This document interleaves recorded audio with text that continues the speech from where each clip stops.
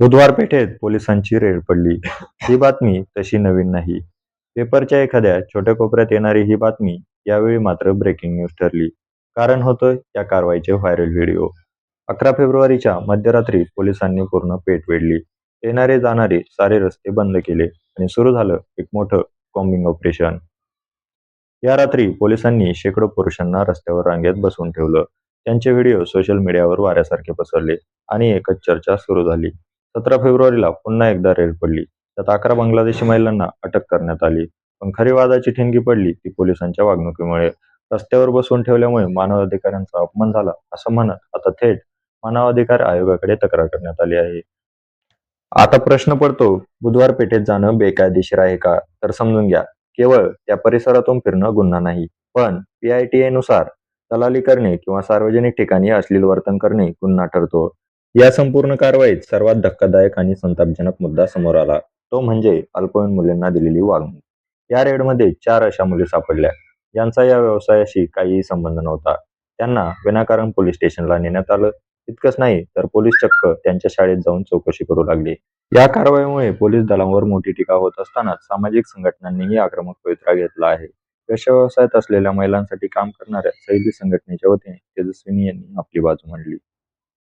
कारण पोलीस या पद्धतीने कारवाया करत असतात आणि तो कायद्याचा भाग आहे सुव्यवस्था राखण्यासाठी आणि इथे गुन्हेगारी कुठलीही होऊ नये ह्याच्यासाठी पोलीस या कारवाया करतात आणि त्या करणं योग्य आहे.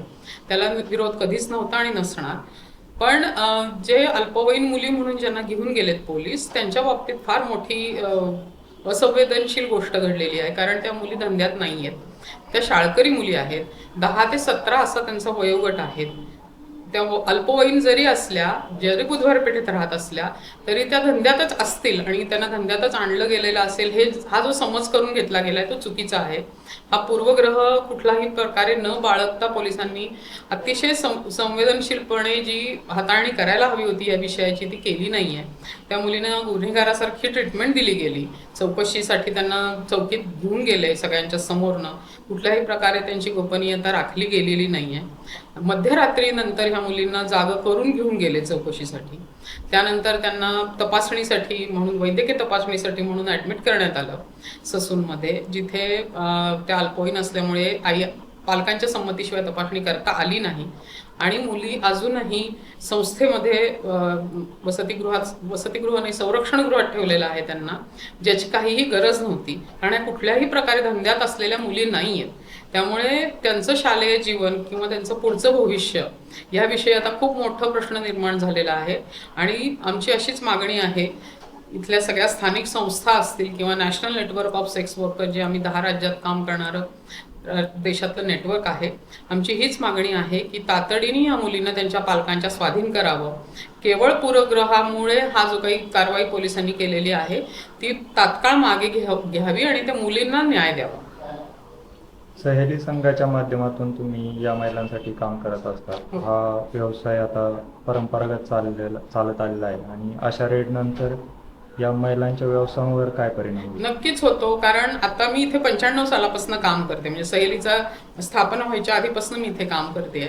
तर मी हे जे बघते आता गेल्या अनेक वर्षामध्ये, एकतर कायदा अतिशय अस्पष्ट आहे. कायद्याने महिलांना संरक्षण तर मिळतच नाही, उलट त्यांना गुन्हेगार समजलं जात आहे, त्या गुन्हेगार नसताना सुद्धा. आणि हा जो पूर्वग्रह आहे की इथे येणाऱ्या प्रत्येक महिलेला जबरदस्तीनेच आणलं गेलं, हे चुकीचं आहे. याचा विचार करायला पाहिजे. माननीय सुप्रीम कोर्टाने 2022 साली पण हे निर्णय, गाईडलाईन दिलेले आहेत की हा फरक करणं गरजेचं आहे. ट्रॅफिकिंगने आलेल्या महिला वेगळ्या आहेत आणि ज्या स्वतःहून आलेल्या आहेत त्याही येतात धंद्यामध्ये, हेही मान्य करायला पाहिजे. दुसरी महत्त्वाची गोष्ट म्हणजे ह्या सततच्या पोलीस कारवाया आणि HIV एड्स प्रतिबंध नियंत्रणाचे जे कार्यक्रम अनेक वर्ष आपण इथे चालवतो वेगवेगळ्या संस्था संघटनांच्या माध्यमातून, त्यांचा हेतू कितीही चांगला असला तरी परिणाम असा झालेला आहे की ह्याच्यामुळे इथे बुधवार पेठेतलं महिलांची संख्या कमी व्हायला लागलेली आहे दिवसेंदिवस. एकेकाळी 5-5.5 हजार महिला होत्या, त्या आता कमी होत होत 2,000 जेमतेम महिला इथे आहेत. त्यामुळे आणि सतत जर अशा पद्धतीने दहशत पसरवणाऱ्या कारवाया होत राहिल्या आणि इथं येणाऱ्या कस्टमर्सचं प्रमाण बंद झालं तर ह्या महिलांच्या रोजीरोटीवर ह्याचा नक्कीच नकारात्मक परिणाम झालेला आहे आणि होत राहतो. तर बांगलादेशी महिलांचं ते बेकायदेशीर वास्तव्य त्याच्यावर कारवाई करण्यासाठी पोलिसांनी हा कॉम्बिंग ऑपरेशन हो, केलं हो. होतं. तर किती प्रमाणात बांगलादेशी महिला इथं वास्तव्यास राहतात? तसं सांगणं अवघड आहे, कारण आम्ही त्या सिस्टीमचा भाग नाही आहोत. ते प्रशासनाचं, पोलिसांचं काम आहे आणि पोलिसांना सहकार्य दरवेळेला इथल्या प्रत्येक संस्थांनी केलेलं आहे. असं नाहीये की त्यांना विरोध केलाय ह्या कारवाईला. आणि जे कायदेशीर बाब आहे की ज्यांच्याकडे वैध कागदपत्र नाही आहेत, बेकायदेशीर वास्तव्य आहे, त्या बांगलादेशी असोत किंवा आणि कोणी असोत, त्याच्यावर पोलीस कारवाई करतात आणि ते कायद्याला धरून आहे. त्यामुळे त्याच्याबद्दल विरोध करायचा प्रश्नच येत नाही. पण त्याचा परिणाम जो बाकीच्या निरपराध लोकांवर होतोय त्याचा विचार नक्की करायला पाहिजे, अशी भूमिका आहे आमची.